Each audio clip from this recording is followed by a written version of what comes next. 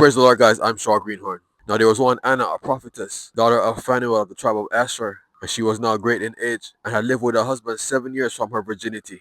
Now, she was about a widow 4 score and 4 years, who departed not from the temple, serving God night and day in prayer and fasting. She came in an instant to the temple, and likewise glorified God, and made mention of the child to all who sought for redemption in Jerusalem. Now, when they had performed all things according to the custom of the law, they returned to Galilee, to their own city of Nazareth. And the child grew and waxed strong in spirit, filled with wisdom, and the grace of God was with him. So another side story after the side story of Simeon of Jerusalem. So now here we see in Anna, prophetess. So these people, they're mentioned back to back. Yesterday we covered Simeon. Today, so we're looking at Anna.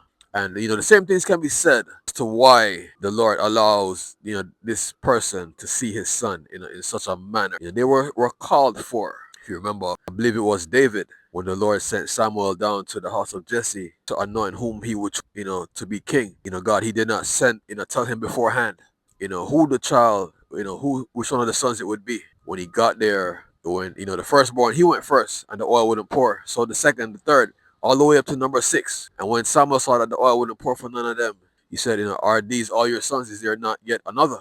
The father said, yes, there is the youngest, but he is in the fields tending to the flock, because he was one responsible for watching over these flocks. So, he had to be sent for, and as soon as he got there, the oil started pouring. So, the fact that he was sent for, if any of the other brothers were, missing, surely they also would have been sent for, but it would not have been necessary for them to be there. So these two people, Simeon and Anna, they are sent for, and they are brought, to this showing of the child. So, it's great that, the Lord, he would include such a female, a prophet. Usually, the burden of these things, they fall on the male, usually. If you look at the important women in the Bible, Esther and Ruth, you see them more having a different kind of role as opposed to being, like a servant, like servicing, in the temple, of such, operating in a calling, like this. So Anna, the prophetess, so just how excellent she had to be called. And if we look at her story, we can see the bits and pieces,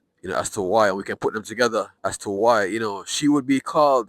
Something like this would be extended onto her, because how often are women left out, especially back in those days. So, and if we look a little closer, we'll see that she was, she had one husband, and it was the only man that she knew. We'll see that they had a short time together. The time was mentioned as 7 years, her being a widow for more than 84 years now. So you know how old she must be, being a widow of 4 score and 4 years. So it was a great chance that they got married early, especially back in those days. So if we count the time from she's a widow plus her years of being married, 84 plus 7, that's 91 years. So add 91 years to whatever age she got married. It was said that she was very great in age. The same was said for Simeon, but his situation, marriage and stuff was not given.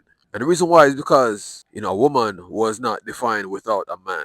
Their role was to be the mother to the children, to provide the nurturing in the house. So she literally was, defined by her husband. So he had to be mentioned in the text. So we see her taking on a life, of just service. The way that she's described as not leaving the temple, but serving and fasting and praying. I could compare this to the scribes and Pharisees. Because remember, according to them, they were also devout. But what did Jesus say? They like to pray, standing on the street corners to be seen of men. They disfigure their faces to appear unto men to fast. Who's seeing her if she's, in the temple fasting and praying? She's not leaving. No doubt, those that come to the temple. But you can see the difference in the heart tone and the heart posture, how she does it not, to receive praise of men, not to be seen by others, not for show. She does these things to serve God, in service of God.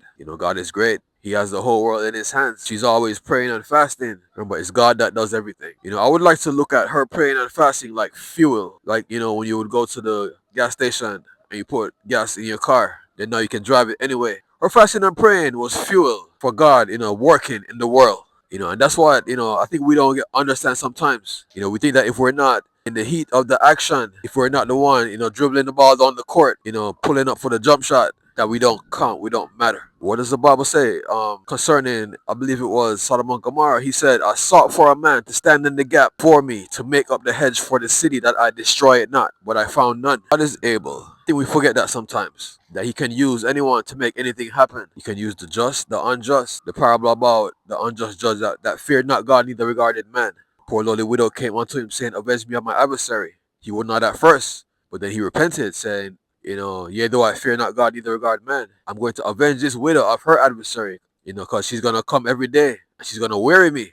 And then hear what the unjust judge said, shall not God avenge his own elect that cry unto him day and night? I say he shall avenge them, and he shall avenge them speedily. So Anna, and it can be also mentioned how, if we think that we're not seen by men, that we're not seen. So what also can be mentioned is that, we think that if we're not seen by men, then we're not seen. Because, who's going to give us credit? Who's going to vouch for us when we need a rise in position, or we need something accomplished, or we need something done, or we need something. We can, I could see how one could get this belief that if I'm not seen, then it doesn't count. If I'm not seen, it doesn't matter. If I'm not seen, then it didn't happen. It's like saying if a tree falls in the forest and nobody's around to hear it, does it still make a sound? But she's here in this temple, devout. You see her, not worried about others. She's locked in. She's locked in with God, and she's pressing. She's, covering ground every day. People like this, they move, mountains in the spirit. John the Baptist, he was in, the desert until the day of his showing unto Israel. So this lady, having, faced such, a tragedy in her younger, earlier days, losing her husband, she didn't get bitter. She didn't complain. She didn't see it as the end of her life. She didn't hold it against God. I know a lot of people have walked away from their believing because, something, dire happened at this level, and it didn't work out how they were praying for, and they just gave up all hope. But, we see, this lady pressing more, and it's amazing how this happens sometimes. Because a lot of times it's really like just a flip of the coin. Just right place, right time, or wrong place, wrong time. It's like one thing in that moment, leads to another. It's like frog jumping from, lily pad to lily pad. And where some walk away, some they get, more determined. Like this lady. Who knows if God saw something in her. Just like with the Apostle Paul when he was persecuting Christians. This was done to release. The seed has to go into the ground. To be a seed is not buried, it's planted, right? Her husband was buried, but a seed was planted, and it grew into this magnificent structure. This female prophetess. And we're still in the Old Testament. We're, as far as they are concerned, we're still in the Old Testament. We're just post those, very famous prophets like the Elijahs and the Nehemiahs, the Jeremiahs, the Ezekiels. We don't see Israel really making mention of a king as how they would, ever since they left Babylon. So a female being mentioned in the role of prophet, serving in the temple, that is something great. That is something. And for her to get this level of, acknowledgement, it just shows you that God, he looks at the heart. As he always says, he said to Samuel, how long will you weep for Saul, seeing I have refused him? Look not on the height of his stature or the beauty of his countenance, for I the Lord hath refused him. For I see it not as men seeth, for men look at on the outward appearance, for I the Lord God looketh upon the heart. And a lot of the times, if you're in that huge crowd doing things to be seen of men, just like with these scribes and Pharisees, you don't get seen by God. You're being seen by men, you're not being seen by God. I think we get this backwards sometimes. But, it's funny how these things work out. Because, a lot of things in life, they preserve. I say they preserve themselves. Because, now we get to see what's really inside of people. Because, if she had just given up or, became like these scribes and Pharisees to do things, to be seen strictly by others. But no, she walks this, lesser path, this unknown path, in privacy and solitude, before God. So that she was genuine, that she meant the things that she was praying about. She wasn't doing things for the wrong reason. All right, so how do we end up here? If we go back to where I saw, the second chapter of Luke, it opened up with the, decree from Caesar Augustus that the world should be taxed. Everyone going to their city to be taxed. Joseph, with Mary going up, from Nazareth, from Galilee, the city of Nazareth, to the city of David, Bethlehem, because he was of the household of David and lineage. When they were there, she gave birth, in a manger, wrapped him in swaddling clothes. We see the shepherds in the open field being mentioned. The angel of the Lord appearing unto them, telling them about the child. Multitude of angels, praising God. Then them departing to this city, of Bethlehem, the city of David, to see. When they find the child and the parents, they start, letting everybody know the prophecy told unto them. Then when they depart, praising God, then we see the circumcision of the child, him being named Jesus. Mary fulfilling her, 8 days of purification, then bringing him to the temple to present him before the Lord, bringing, the offering, pair of turtle doves or two young pigeons. So then, Simeon of Jerusalem gets introduced, and his story began, by saying, and there was a certain man in Jerusalem, Simeon, the same was just and devout, waiting for the consolation of Israel, and he was filled with the Holy Ghost. Now it had been revealed unto him by the Holy Ghost that he would not see death before he had seen the Lord's Christ. So he was led by the Spirit into the temple where the parents brought the young child Jesus to do unto him according to the custom of the Lord. He took him in his arms and blessed the Lord, saying, Lord, now let thy servant depart in peace according to thy word, for mine eyes have seen thy salvation, which thou hast prepared before the face of all people, a light to lighten the Gentiles and the glory of thy people Israel. And Joseph and the mother Mary marveled at those things which were said of the child. And he blessed the child, he blessed them, and said unto Mary his mother, Behold, this child is set for the fall and rising again of many in Israel, and shall be for a sign which shall be spoken against. Yea, a sword shall pierce to thy own soul also, that the thoughts of many hearts may be revealed. So then we pick up right here with Anna, and that one starts out, saying, and there was a certain woman prophetess, Anna, the daughter of Phanuel of the tribe of Asher, and she was great in age, who lived with her husband 7 years since her virginity. So she's introduced as Anna, prophetess. So according to Old Testament, predictions about prophecy, if a prophet was to prophesy something and it did not come through, then the Lord is not with him. But if they did and it came through, then the Lord, it was known that the Lord was with him. So her having this title prophetess, no doubt, through her years of service, she must have, prophesied something. You can't be a prophet without prophesying something. There's a difference between, I would say, a prophet and a priest, like a Levite or even a priest. These priests and Levites, they have, ministerial roles in the synagogue, the temple, where, if it's reading of the law, teaching of the law, exhorting of the law, singing songs of praise, tithes and offerings, they were still under the Old Testament, so they were still bringing the animals to sacrifice the blood, and those kind of things. So the priests and the Levites, they did those kind of things. But a prophet, even though Samuel, from the Older Testament, he was kind of a mix of both, serving as a ministerial as well as a prophet. But I imagine worse them, still being in the Old Testament. So, it's this, ministering things, it fell on the males. The females were never, mentioned, doing any of these. So there's one, a prophetess Anna, daughter of Phanuel of the tribe of Asher. So her dad is mentioned. It just really goes to show you her husband and her father is mentioned. Women, they were not allowed to stand on their own. They were defined by their husbands. If the husband was dead, then they were a widow. They were always defined by their husbands. And if young enough, then by their father. The tribe of Asher, that's one of the tribes of, Israel. Jacob, he had 12 sons. The tribe of Asher, they were not, the priests. The priests were Levite. So that's just, more reason for me to understand that she did not serve, like these kind of things. But who knows? Who knows if they made an exception for her? Not really much is, given of her day-to-day life, like that. It's just that said that she served God, fasting and praying. It says that she was of a great age. So, a great age means really all the way up there. The other guy, Simeon's age, it wasn't mentioned, but it was understood that he was, close to that age where we would expect him to pass on, sometime soon. He even said, Lord, let now thy servant depart in peace, for mine eyes have seen thy salvation, and as according to thy word. So who had lived with a husband from her virginity of 7 years.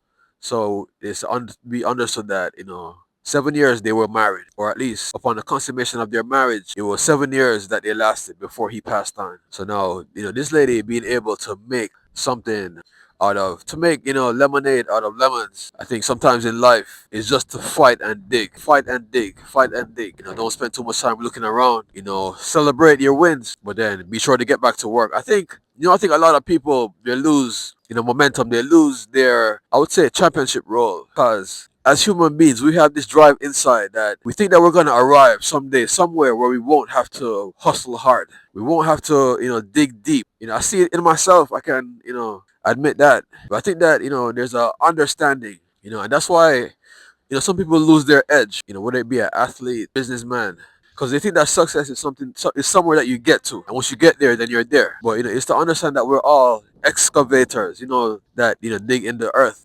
Some find diamonds, some find gold, some find oil. You're always digging.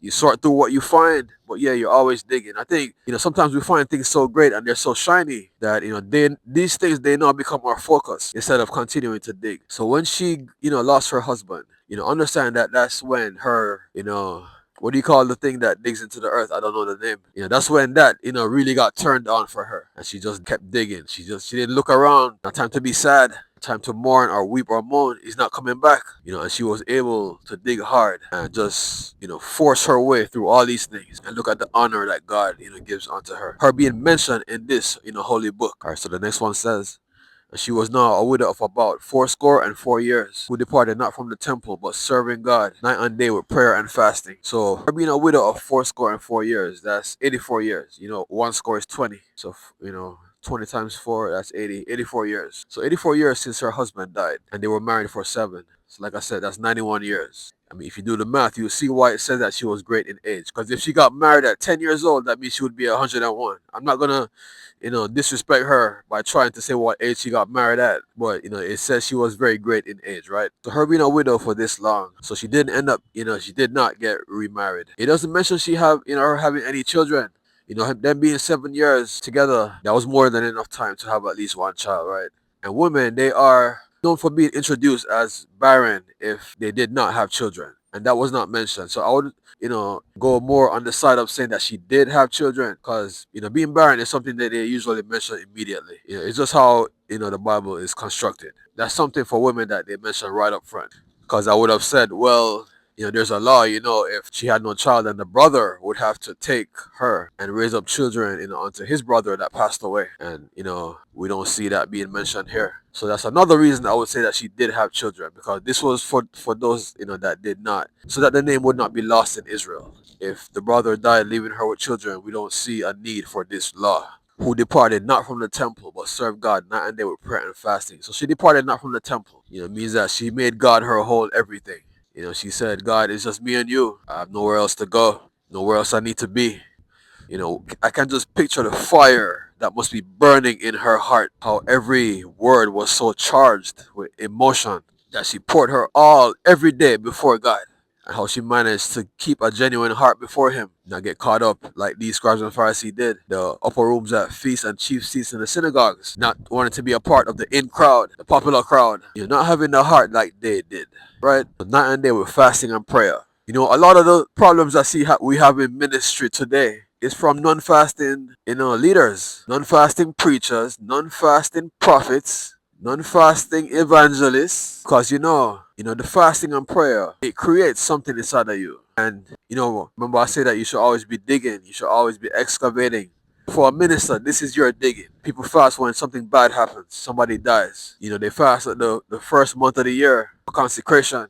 They fast like during Easter. A minister should always be fasting. If you're going to be standing before God's people, you better always be fasting. Because otherwise, you get all kind of bad ideas that come to your mind. And because these are the only things coming to your mind, you have no choice but to go with them. And the non-fasting, servant of God, it just also shows where your heart is. You're trying to get by doing the bare minimum. If it's not required, then I don't have to do it. It's like when we were little and we would get homework or even classwork in class. And the teacher would say, okay, you have to do problems 1 through 10. And then somebody would say, okay, do we have to do the second part of number 4? Or do we have to do this one? Can we just do the first half? Like it's trying to, get away. And if this is your approach, no wonder so many things can be happening. Some people can say some crazy things if you listen to them on the pulpit. These ideas, they come at night. Usually, I would say they come at night when you're on your bed. You get this, something touches you and puts this idea in your mind. Bible says that for God speaketh once, yet twice, yet men perceive it not. In a dream, in a vision of a night, when deep sleep falleth upon men, upon slumberings of the bed, He openeth their ears and sealeth their instructions. If you're not fasting, how is God going to speak to you? And see, because something is supposed to be speaking to you, then the wrong thing speaks to you. Because you were designed to be spoken to, right? And if you're not seeking God, then something else is going to speak to you, right? Just keep that in mind. You see, anytime you see a minister doing some crazy stuff, I guarantee you that's a non-fasting, minister or evangelist, whatever they want to call themselves. Bishops. Remember when I said, people think that success is a place that you get to. I mean, to be awarded the title of bishop. Wow, I can't imagine what you did to get there. But the work is not done. You should behave as if you don't even have that title. As opposed to, I made it, so can cruise a little bit now. So she departed not from the temple, serving God night and day with prayer and fasting. So she wasn't on the street corners like what Jesus said about the scribes and Pharisees, disfiguring their faces, praying these long repetitive prayers. to be seen of men. No, everything she did was in the temple. She never left. She didn't care who. She didn't, want to be seen by anyone. All right. So the next one says, and when they had performed all things according to the custom of the law, they returned to Galilee, to their city of Nazareth. So they came and they did the custom. This thing was very important. It was a rite of passage for this child, for all children. We know it started really because of, what Pharaoh did to the children of Israel when he gave the midwives the orders to drown all the males in the water so that they wouldn't, get too strong and overpower them in numbers. There's a story, Moses. We know that, his mom left him in the river. She put him in a basket and in the river because she was afraid. He was found by Pharaoh's daughter, and she sent for, one of the Hebrew women, which happened to be his very own mother, Moses' mother, to nurse him, and she paid him. So then, when he was weaned, Pharaoh's daughter took him unto her own, and he became her son. Now it was known unto Moses that he would be the one to deliver Israel from the Egyptians.